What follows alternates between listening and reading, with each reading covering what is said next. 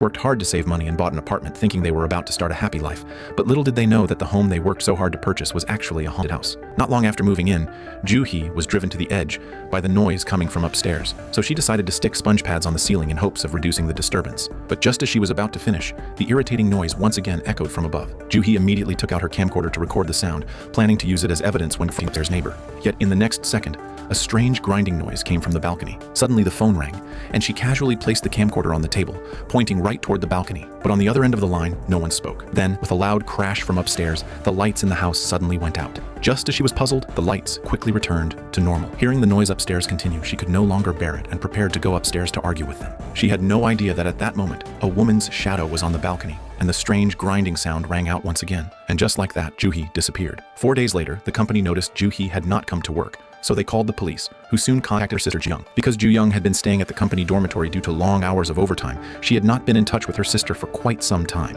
When she returned home, she found a note stuck on the door, reminding them not to make noise inside the house. Soon after, Joo-young walked into the apartment and found the living room in complete disarray, and her sister's bedroom a total mess. She was furious at the sight and immediately tried calling her sister, only to find the phone switched off. She recalled how her sister had complained about the constant noise from upstairs, but because Joo-young had hearing problems and could not hear anything but a hearing aid, she had never understood Joo-hee's breakdown. She even said that since they had already bought the apartment, they should adapt to it no matter what, which left Joo-hee speechless. Joo-young began to suspect her sister's disappearance might be related to the noise, so she went to Joo-hee's workplace to ask her closest colleague Ki-hoon about the situation. Ki-hoon said that whenever he spoke with Joo-hee on the phone, she would always ask if he could hear strange noises, but he had never heard anything at all. Later, Joo-young returned home and found her sister's phone, but it was dead and turned off. This struck her as very strange because her sister usually carried her phone everywhere she went, but now it had been left behind at home. She prepared to charge the phone to see if she could find any clues, but when she bent down to pick up the charging cable from the floor, she unexpectedly noticed a large moldy stain on the ground. Before she could react, a knock came at the door. After asking who it was, she learned the visitor was the resident downstairs in 504,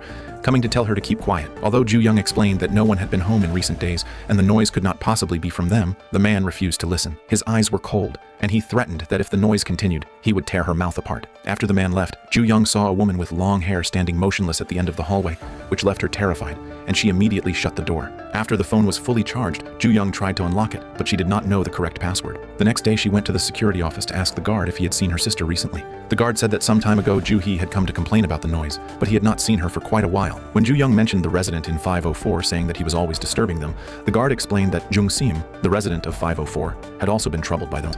He casually added that because the apartment was number 604, the neighbors would pay extra, and just as the guards about to weapons 04 before, Omen hurried over to report a foul smell coming from the basement, asking him to check immediately. When the guard opened the basement door, waves surged out. He explained that since 10 years ago, some inconsiderate residents had been throwing garbage there, and over time it piled up to the mess it had become. The residents, the guard said he had locked the basement door, but some still threw garbage inside through the window for convenience. Cleaning it up would cost hundreds of millions of won, and since no one wanted to pay, the matter was left unresolved. A few days later, Joo-young quit her job and moved back home so she would have more time to search for her sister. That day also happened to be her birthday. Looking at the table full of kimchi, she could not help but think of her sister. Joo-hee knew Joo-young loved kimchi, so every birthday she would make plenty for her, but this year, there was no Joo-hee to share it with. At that moment, Joo-young thought of something and decided to try her birthday as the password to unlock her sister's phone.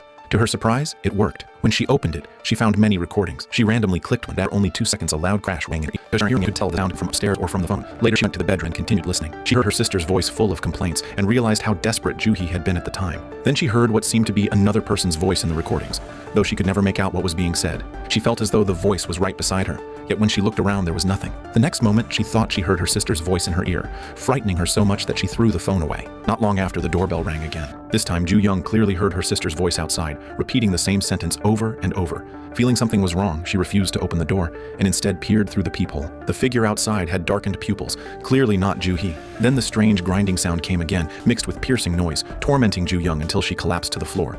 The next second, she suddenly woke from sleep, but she still could not tell if what had just happened was a dream or reality. Soon after, Ki-hoon came to see Joo-young. During their conversation, she learned that he had actually been Joo-hee's boyfriend, and they had secretly been dating for 6 months. But he had not been able to reach her for days, so he came to ask for help. Together, they went to the local district office where they learned from the official that months earlier, the woman who lived in apartment 604 had complained about noise and claimed to have seen ghosts. A few days later, a foul smell came from her home, and it was discovered that she had hanged herself. After hearing this, Joo-young imagined herself eating at home, but the thought that there had once been a hanging corpse in the house instantly sent chills down her spine. After that, Ki-hoon followed Joo-young back home, and this time a large note was stuck on the door. once again reminding her to keep quiet inside the house. Ju-young believed it must have been done by Jung-sim downstairs. Soon after, Ki-hoon began making missing person flyers for Ju-hee. Meanwhile, Ju-young received a call from the police asking if she had found anything new. Ju-young reported Jung-sim's threats to the police and insisted that her sister's disappearance must be related to him. But without evidence, the police could not arrest Jung-sim. From the police, she learned that there was a surveillance camera near the apartment, but after checking, they found that her sister had never left the building. Ju-young believed that since her sister's phone and wallet were still at home and she had never gone out, she must have been hidden inside Jung-sim's apartment. So she begged the police to investigate him more thoroughly. But the police could not rely only on suspicion. Without proof, they had no right to search Jung-sim's home. Not long after, the doorbell rang, and the visitor was none other than Jung-sim. Ki-hoon stepped forward to confront him, while Ju-young hid to watch secretly. When Ki-hoon opened the door, Jung-sim saw it was a man and immediately changed his position. Still glanced inside, clearly aware that Ju-young was home. Then after without a word, he turned and left. Back at the door of 504, Jung-sim took out a hidden knife, as if the pressure from the noise had driven him to the brink of madness. Soon after, Ju-young started posting her sister's missing person flyers everywhere and noticed a young boy staring at the basement window. Curious, she crouched down to check as well. The boy soon stood up and left, so Ju-young used her flashlight to take a closer look.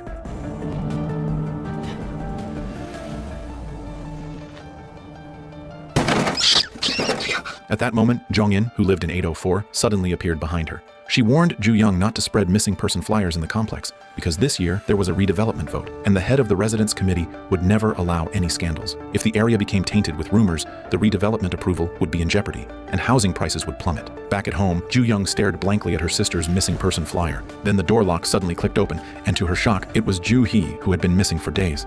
Without thinking, Ju-young ran to hug her, but her sister shoved her away and went straight into her bedroom. Ju-young rushed in to ask where she had been all this time, but when she entered, the room was empty. Just as she was confused, she heard a sound from the living room. It turned out to be another nightmare. She went to the kitchen for some water to calm herself, but accidentally saw what looked like a figure on the balcony. Terrified, she wanted to run, but Jung-sim suddenly appeared at her door, repeatedly trying to enter the code. Luckily, the shadow on the balcony had vanished, so she took a knife and walked onto the balcony without hesitation. After confirming there was nothing there, she looked through the peephole and saw that Jung-sim had already left, finally letting her breathe a sigh of relief. By now, Jung-sim had been completely driven mad by the noise, searching floor by floor for the source. He soon lost patience, shouting angrily in the hallway. As he turned, he suddenly noticed someone staring at him from the upper corner of a door. At that moment, the motion sensor light switched on and he turned to look more closely. He ran while glancing back until he accidentally smashed through glass and fell to his death. The next morning, Ju-young heard police sirens and rushed downstairs, only to see that the dead Jung-sim officer she had spoken to earlier came to her side, and she immediately told him the victim was the resident of 504, King Shis Herter. But at least they had already searched anything unusual. No trace of him being hidden. They suspect Ju-young was imagining things due to stress over her sister's disappearance, and warned her users how. At that moment, the committee also came singable and damaged his reputation. She named 604 seemed never ended acting insane, and even those above and below were not normal. Ju-young did not understand what she meant, so she went to apartment 804 to find Jong-in. Just then, a little girl ran past behind her, and Jong-in explained it was her mischievous daughter. From Jong-in, she learned that the woman who once lived in 704 always accused her of making noise. To get back at her, the woman stood on a chair and banged the ceiling with a frying pan, trying to give her a taste of her own medicine. The noise disturbed the man living in 604 at the time, and in his rage, he stormed into 704 and attacked the woman with a hammer. When he realized what he had done, he fled, but the woman did not die immediately. In her final moments, she kept pounding on the walls and floor for help, while the sound of grinding teeth kept coming from her mouth. The neighbors all dismissed it as justness and ignored her body was discovered. Residents afraid of what they from that day. The man Ju-young asked Jong-in, who lived in 704 now, saying strange noises came from there daily, but Jong-in told her the place had been empty ever since the woman's death. Ju-young was stunned. When she got home, she found another note stuck on her door, which shocked her even more. She had always thought it was Jung-sim from 504 who left the notes, but now that Jung-sim was dead, it meant someone else was behind them. This time, however, the paper was blank. When she tore it down, she found words carved into the door with blood, cursing her to go to hell. The next day, Ju-young once again posted her sister's missing person flyers around the complex. At the same time, the redevelopment meeting was being held, and the head of the residence committee tried to show her kindness by expressing condolences for Jung-sim. But as Ju-young walked through the crowd, she noticed one of her sister's flyers trampled underfoot, and a mix of sorrow and anger burned inside her like a lit fuse, leaving her trembling. She yanked out the microphone from the and outed that her sister had disappeared mysteriously in this complex, saying she did not care about redevelopment, she only wanted to find her sister. The chairman rushed to silence her, demanding she stop, and they quickly broke into a heat until the residents pulled them apart. But Ju-young chose to give up, shouting that her sister must have been somewhere in the complex. At that moment, Ki-hoon saw the scene and pulled Ju-young away. He told her that through his investigation, he had found no record of the man from 604 ever leaving on surveillance, which meant he might still be hiding in the complex. Hearing this, Ju-young suddenly thought of the basement, because the stench was so overwhelming that no one had ever searched it. So they gathered their courage and went into the basement, splitting up to search through the piles of garbage. At this moment, Ki-hoon searched while filming with his camcorder and unexpectedly discovered a shadow in the corner. He tried hard to calm himself, then took out his phone to confirm again, and saw that the figure lying on the ground was the man from 604. When he tried to approach to check if the man was still alive, a piercing noise suddenly rang in his ears. The next second, the man's head suddenly rolled to Ki-hoon's feet. Meanwhile, Ju-young found nothing and went to meet up with Ki-hoon, but she noticed that something seemed off about him. She wanted to take a closer look, but an unbearable shrieking noise struck her ears. Then she saw Ki-hoon's body twitch suddenly, and she nervously stepped back 2 paces. The next second, Ki-hoon rushed at Ju-young and knocked her to the ground. No matter how much she called his name, there was no response. His eyes were now filled with murderous intent, as if he had been possessed. At that moment, Ju-young grabbed a stone nearby and struck Ki-hoon on the head, finally escaping with her life. She quickly climbed up the ladder, but Ki-hoon grabbed her legs from behind. At this critical moment, the head of the residence committee suddenly appeared and saved Ju-young. When she woke up, she found herself in the property office, her wounds already bandaged, and was shocked to learn that the one who saved her was the head of the residence committee. The head of the residence committee explained that she had happened to pass by the basement, saw Ju-young, and helped her, and that the police had already been called to investigate the basement. Ju-young's attitude also began to change, and she soon started talking with the head of the residence committee. She mentioned that in the entire complex so far she had only seen 2 children.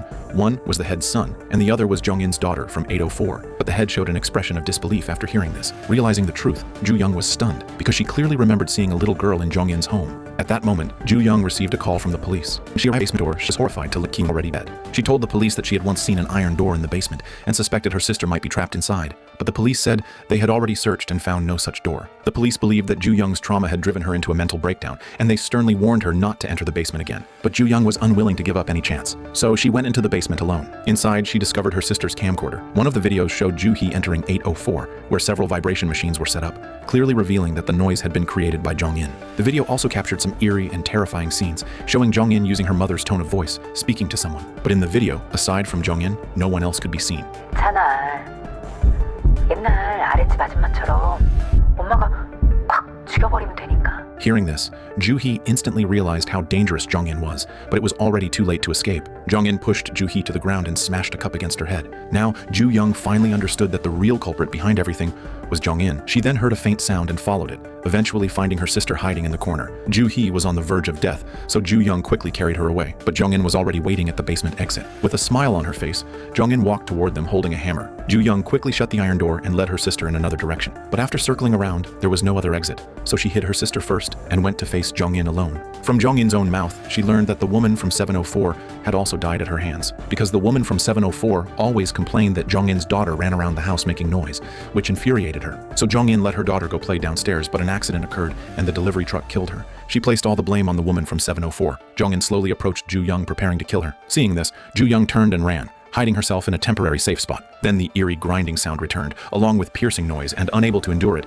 Ju-young quickly removed her hearing aid, leaving the world silent. But in the next second, Jong-in suddenly appeared in front of her. In the end, Ju-young was struck on the back by Jong-in's hammer and fell to the ground. Jong-in then sat on top of her, raising the hammer to finish her, but the grinding sound rang out once again. Ju-young seized the chance to escape. As she tried to shut the door, Jong-in rushed after her, begging Ju-young to save her life, but Ju-young accidentally looked into the eyes of the woman from 704 and was so terrified she dared not raise her head.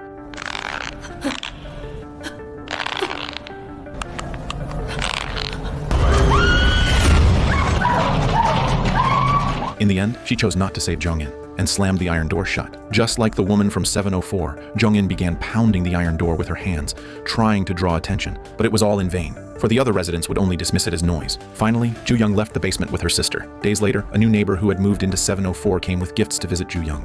안녕하세요. 혼자세요? 동생요? And 2 gifts. He prompted connoisseurs, and that is the full story of the 2025 Korean horror film Noise. This film is somewhat similar to 84 Jegup Mateo, as both take noise as their central theme, delivering a deep reflection on social realities and the psychological state of the people. The overall horror atmosphere was well done, though the storyline itself was somewhat chaotic. That concludes today's sharing. Thank you for watching, and see you in the next video.